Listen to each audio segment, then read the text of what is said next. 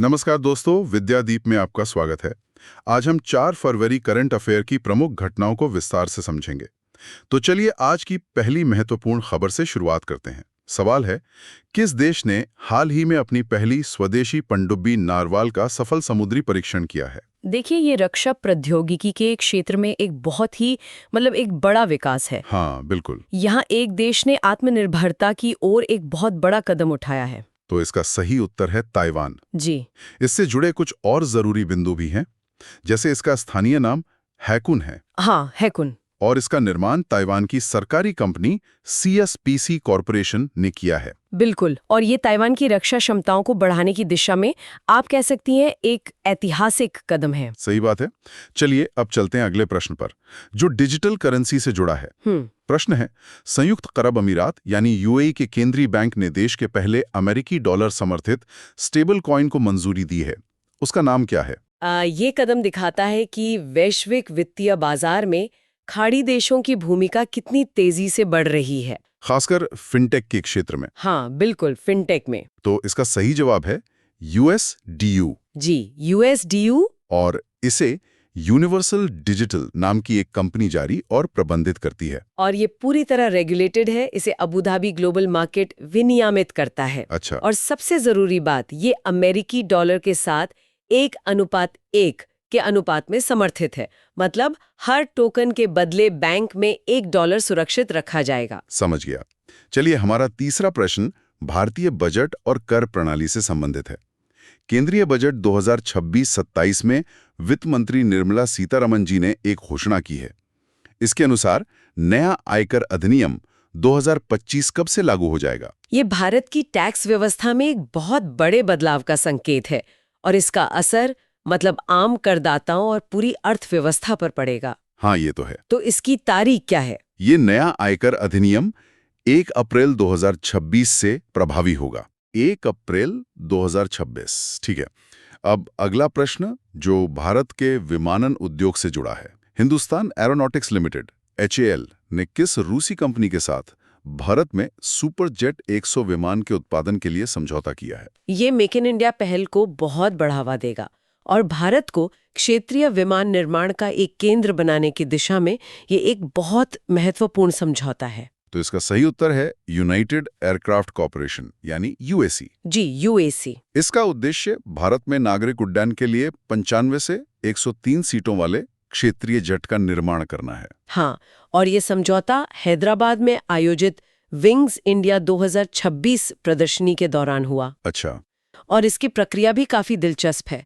शुरुआत में विमान लीज पर लाए जाएंगे, जिसके बाद भारत में ही इनका लाइसेंस प्रोडक्शन शुरू होगा। बहुत बढ़िया। अब बात करते हैं ऊर्जा क्षेत्र की। 16.5% हिस्सेदारी के साथ कौन सा राज्य भारत का नवीकरणीय ऊर्जा पावर हाउस बना है? ये दिखाता है कि कैसे राज्य स्तर पर स्वच्छ ऊर्जा को बढ़ावा दिया जा रहा है, जो भारत के राष्ट्रीय लक्ष्यों के लिए बहुत ही ज्यादा जरूरी है। तो ये राज्य है गुजरात। बिल्कुल, गुजरात नवीकरणीय ऊर्जा में देश का शीर्ष राज्य बन गया है। गुजरात से जुड़ी कुछ और भी बड़ी खबरें हैं, जैसे मारुति सुजुकी ने राज्य में 35,000 करोड़ रुपए के निवेश की घोषणा की है। हाँ, और शिक्षा के क्षेत्र में भी नमो लक्ष्मी योजना में 150 करोड़ रुपए बालिकाओं के लिए दिए गए हैं। और एक और चीज, गांधीनगर में भारतीय कृत्रिम बुद्धिमत्ता अनुसंधान संगठन की स्थापना की जाएगी। जी, ये बहुत बड़ा कदम है। अब हमारा छठा प्रश्न। हाल ही में आदमपुर हवाई अड्डे का नाम बदलकर श्री गुरु रविदास महाराज जी हवाई अड्डा किस राज्य में किया गया है? देखिए, स्थानों का नाम बदलना अक्सर उस क्षेत्र की जो सांस्कृतिक और ऐतिहासिक विरासत होती है, उसे सम्मान देने का एक तरीका होता है। बिल्कुल। तो ये हवाई अड्डा पंजाब में है। आदमपुर एयरपोर्ट का नाम अब गुरु रविदास महाराज जी पर होगा। और पंजाब से जुड़ी कुछ और पहले भी हैं, जैसे लुधियाना शहर में राज्य की पहली डॉग सेंचुरी खोली गई है। ये तो बहुत अच्छी बात है। हाँ, और मुख्यमंत्री सेहत योजना के द्वारा मुफ्त कैशलेस इलाज भी दिया जा रहा है। और एक ऐप भी लॉन्च हुआ है ना? जी हाँ, महिला सुरक्षा के लिए पंजाबी गायक काका ने फ्रेंडो नाम का ऐप लॉन्च किया है। चलिए अब आगे बढ़ते हैं। अगला प्रश्न गवर्नेंस और टेक्नोलॉजी से जुड़ा है। पुराने हस्तलिखित जन्म और मृत्यु प्रमाण पत्रों का डिजिटलीकरण, इसकी शुरुआत किस पूर्वोत्तर राज्य में हुई है? ये प्रशासनिक सुधार की दिशा में एक बहुत अच्छा कदम है। इससे नागरिकों के लिए सेवाओं तक पहुंचना आसान हो जाएगा और सारे रिकॉर्ड्स भी सुरक्षित रहेंगे। और ये राज्य है नागालैंड। जी, नागालैंड ने पुराने रिकॉर्ड्स को डिजिटल करने का काम शुरू किया है। यहाँ से कुछ और भी खास खबरें हैं। यहाँ होया नागा एस नाम के पौधे की एक नई किस्म मिली है। अच्छा, और राज्य के हर जिले में वृद्धाश्रम भी खोले जाएंगे। ये भी एक बहुत जरूरी सामाजिक कदम है। और मिशन वाटरशेड पुनरुत्थान भी नागालैंड में ही शुरू किया गया है। बिल्कुल। अब एक प्रश्न विज्ञापन और मनोरंजन की दुनिया से। कॉस्मेटिक ब्रांड मेबेलिन न्यूयॉर्क ने भारत के लिए किसे अपना ब्रांड एम्बेसडर बनाया है? ब्रांड एम्बेसडर का चुनाव अक्सर बाजार में कंपनी की पहुंच और खासकर युवाओं के बीच उसकी लोकप्रियता को बढ़ाने के लिए किया जाता है। सही बात है। तो भारत में मेबेलिन के ब्रांड एम्बेसडर बनी है कियारा आडवाणी। जी, और हाल ही में कुछ और भी ब्रांड एम्बेसडर नियुक्त हुए हैं। हाँ, जैसे बजाज पूना ग्रैंड टूर 2026 के एम्बेसडर MS धोनी हैं। ओह अच्छा। न्यू बैलेंस के एम्बेसडर जानवी कपूर हैं। और स्वास्थ्य मंत्रालय की मानसिक स्वास्थ्य राजदूत दीपिका पादुकोण, ये बहुत महत्वपूर्ण है। हाँ, और इंग्लिश प्रीमियर लीग के एम्बेसडर संजू सैमसन हैं। बहुत अच्छे। हमारा नवा प्रश्न देश की सुरक्षा से संबंधित है। भारतीय सेना और ITBP का संयुक्त अभ्यास अग्नि परीक्षा हाल ही में किस राज्य में आयोजित हुआ? इस तरह के संयुक्त अभ्यास हमारी सेनाओं के बीच समन्वय और मुश्किल परिस्थितियों में उनकी तैयारी को मजबूत करने के लिए बेहद जरूरी होते हैं। तो ये अभ्यास अरुणाचल प्रदेश के रणनीतिक इलाकों में पूरा हुआ। जी, और इसी क्षेत्र में फूलों की नई प्रजाति स्ट्रोबिलिंथिस भी मिली है। वाह। हाँ, और सियांग घाटी क्षेत्र में तितलियों की 6 नई प्रजातियां भी पाई गई। मतलब सामरिक महत्व के साथ साथ प्राकृतिक रूप से भी ये बहुत समृद्ध इलाका है। बिल्कुल। और त्रिसेवा अभ्यास पूर्वी प्रचंड प्रहार का आयोजन भी यहीं हुआ था। जी, और अब आज का आखिरी प्रश्न जो वन्य जीव संरक्षण से जुड़ा है।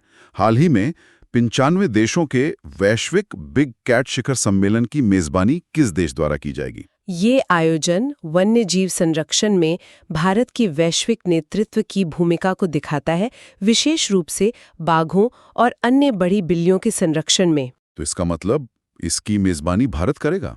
जी हाँ, 95 देशों के साथ इस ऐतिहासिक सम्मेलन का आयोजन भारत करेगा। और हमारे पास कुछ अच्छे आंकड़े भी हैं। 2025 में भारत में बाघों की संख्या में 8% की बढ़ोतरी हुई है। हाँ, और सिर्फ बाघ ही क्यों, भारत में डॉल्फिन की संख्या अब 6300 के पार हो गई है। और रामसर स्थलों की संख्या भी तो बढ़ी है। बिल्कुल, देश में रामसर स्थलों की कुल संख्या अब 98 तक पहुंच गई है। तो ये थी आज की 10 सबसे महत्वपूर्ण खबरें। अब श्रोताओं के लिए एक सरल सा सवाल जिसका जवाब आपको नीचे कमेंट सेक्शन में देना है। जी, जरूर। कॉस्मेटिक ब्रांड मेबेलिन न्यूयॉर्क ने भारत के लिए किसे अपना ब्रांड एम्बेसडर बनाया है? अपना उत्तर कमेंट में जरूर लिखें। वीडियो देखने के लिए बहुत बहुत धन्यवाद। यदि आपको ये वीडियो उपयोगी लगा हो तो वीडियो को लाइक करें, कमेंट करें और अधिक से अधिक शेयर करें।